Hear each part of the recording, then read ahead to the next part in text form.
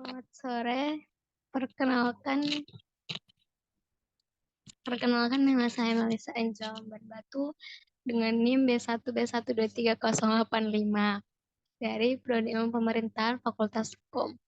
Di sini saya akan mempresentasikan sebuah materi yaitu pengertian konsep dan juga unsur-unsur politik dari mata kuliah pengantar sosiologi dengan Bapak Alfa Beriansyah.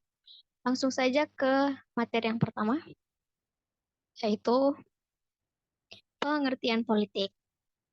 Pengertian politik menurut beberapa ahli, ada 3 ahli yaitu Miriam Budiarjo, Andre Hewood, dan juga Aristoteles. Miriam Budiarjo mengatakan bahwa politik itu merupakan sebuah kegiatan yang bermacam-macam di dalam suatu politik atau negara yang menyangkut proses tujuan bersama. Di mana Miriam Budiarjo sudah berbicara tentang tujuan bersama, proses tujuan bersama. Kemudian Andre Hewood mengatakan bahwa politik itu adalah kegiatan suatu bangsa yang bertujuan untuk mempertahankan peraturan yang mengatur hidupnya, yang berarti tidak terlepas dari gejala konflik dan kerjasama. Jadi Andre Hewood itu mengatakan bahwa politik itu adalah sebuah proses yang bersifat kerjasama tetapi tidak terlepas dari konflik. Begitu. Kemudian Aristoteles mengatakan bahwa politik itu adalah usaha yang ditempuh warga negara untuk mewujudkan kebaikan bersama. Bisa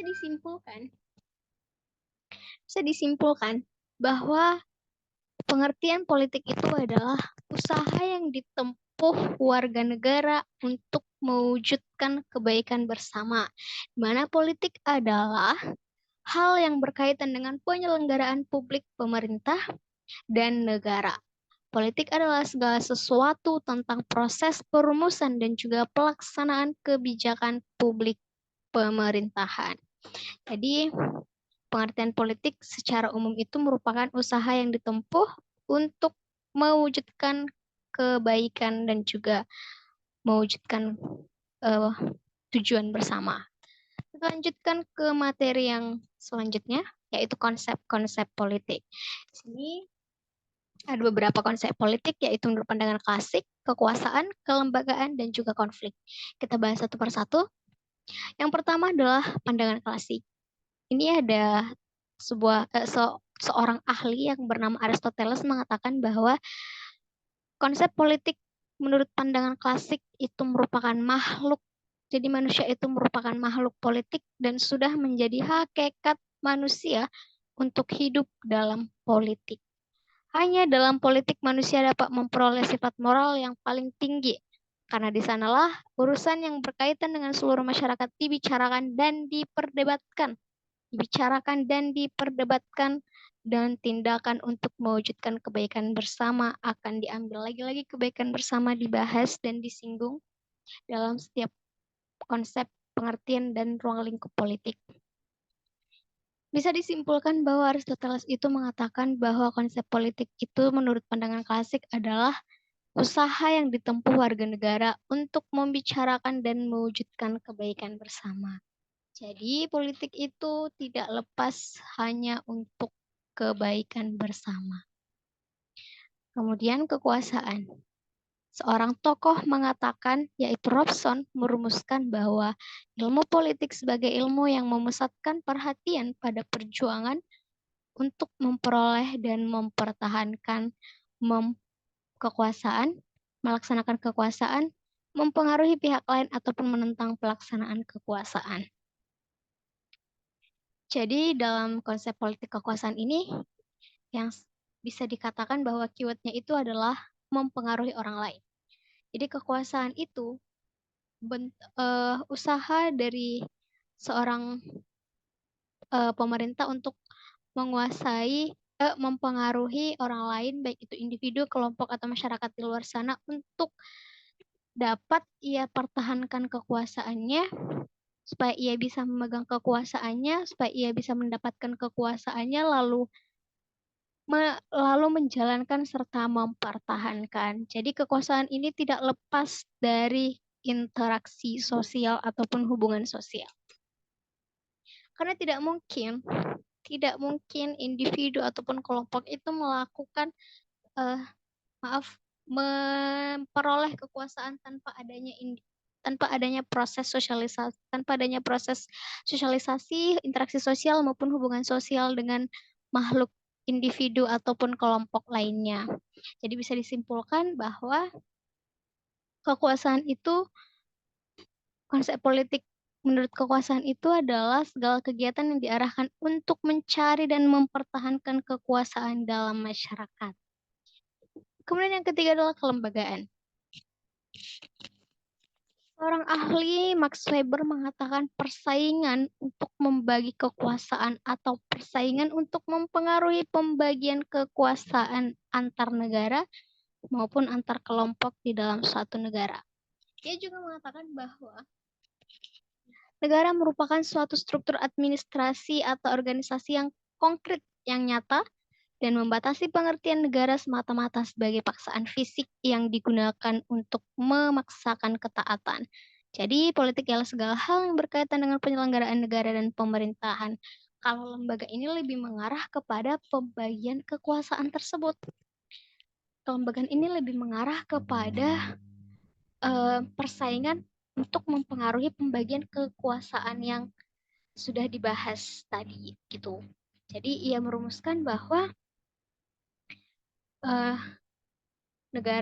kelembagaan dalam negara itu merupakan suatu struktur administrasi atau organisasi yang nyata, real, dan konkret untuk membatasi pengertian negara semata-mata sebagai paksaan fisik digunakan untuk memaksakan ketaatan. Jadi kelembagaan itu lebih mengarah kepada cara mereka bersaing di dalam sebuah kekuasaan untuk membagi kekuasaan tersebut. Kemudian konflik.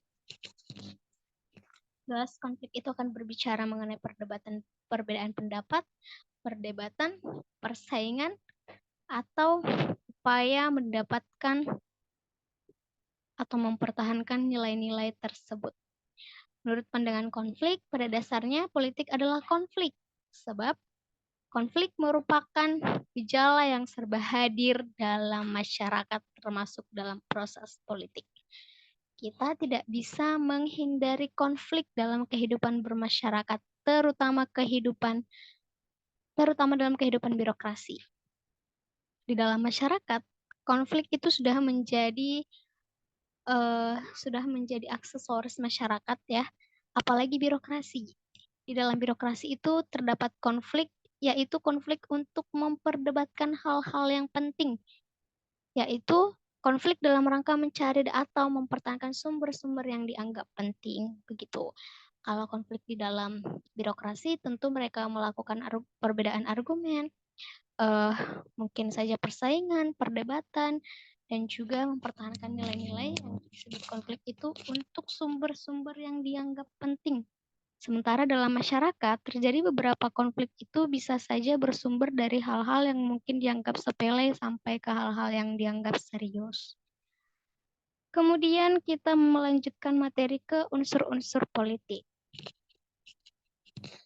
Unsur-unsur politik ini ada 5, kekuasaan, negara, kekuasaan, pengambilan keputusan, kebijakan umum, dan juga pembagian atau alokasi. Kita bahas satu persatu ya teman-teman. Baik, unsur politik yang pertama adalah negara. Negara adalah suatu organisasi dalam suatu wilayah yang memiliki kekuasaan tertinggi yang sah dan ditaati oleh rakyatnya. Negara ditekankan sebagai inti politik yang memusatkan perhatiannya pada lembaga-lembaga kenegaraan serta bentuk formalnya. Definisi ini bersifat tradisional dan sempit ruang lingkupnya. Pendekatan ini dinamakan pendekatan institusional. Jadi negara ini, seperti yang kita sudah baca ya, negara ini merupakan inti dari politik. Sebagai inti dari politik. Karena tidak mungkin ada politik, tetapi tidak ada sebuah ruang lingkup yang mendasari.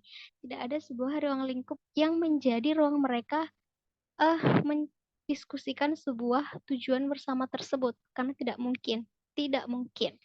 Negara menjadi salah satu inti yang paling penting dalam unsur politik. Dimana katanya negara ini adalah organisasi. ya, organisasi dalam suatu wilayah memiliki kekuasaan yang tertinggi dan juga sah dan ditaati oleh rakyatnya segala konstitusional yang berlaku. Kemudian kekuasaan adalah kekuasaan atau power ya, negara atau state, kekuasaan atau power adalah kemampuan seseorang untuk sekelompok untuk mempengaruhi perilaku seseorang atau kelompok lain. Kekuasaan ini merupakan inti yang beranggapan bahwa semua orang kegiatan yang menyangkut masalah memperebutkan dan mempertahankan kekuasaan.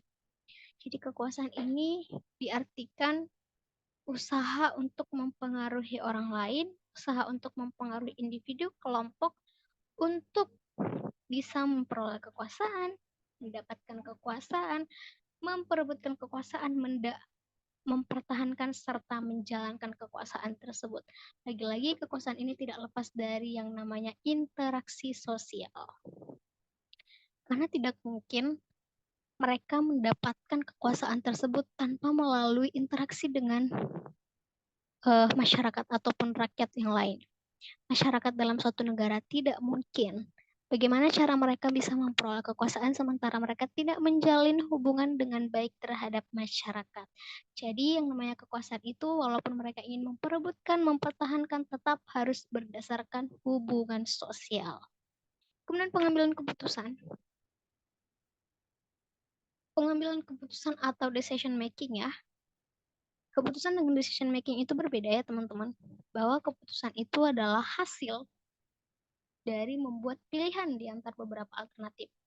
Sementara istilah pengambilan keputusan itu adalah menunjuk pada proses yang terjadi sampai keputusan itu tercapai. Jadi kalau keputusan itu adalah sesuatu yang sudah dipertimbangkan dengan baik-baik, dengan matang, lalu diputuskan dari opsi A, B, C, D, dan seterusnya. Misal A, mereka sudah memutuskan bahwa A ini adalah keputusan yang terbaik. Sementara kalau decision making itu merupakan prosesnya, proses mereka berdiskusi keputusan apa yang akan diambil. Jadi pengambilan keputusan dua kata yang berbeda, dua kata yang berbeda makna juga.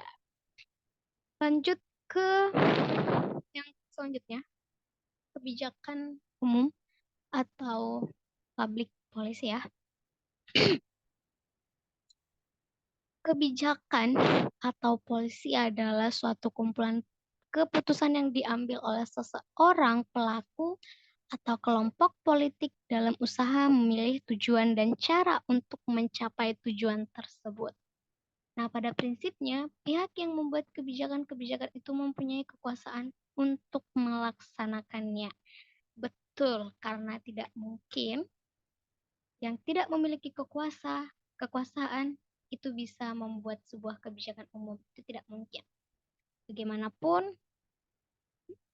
kebijakan umum itu dilakukan, kebijakan umum itu diperbuat oleh yang memiliki kekuasaan. Begitu. Kemudian mereka melakukan kebijakan, setelah mereka melakukan kebijakan, mereka membuat sebuah kebijakan ini disalurkan atau didistribusikan kepada siapa yang akan menerima kebijakan itu disasarkan ataupun sasaran kebijakan itu oleh siapa itu dilakukan oleh yang memegang kekuasaan atau yang memiliki kekuasaan. Karena tidak mungkin kebijakan umum itu ataupun kebijakan itu diambil atau dilaksanakan oleh yang tidak memiliki kekuasaan.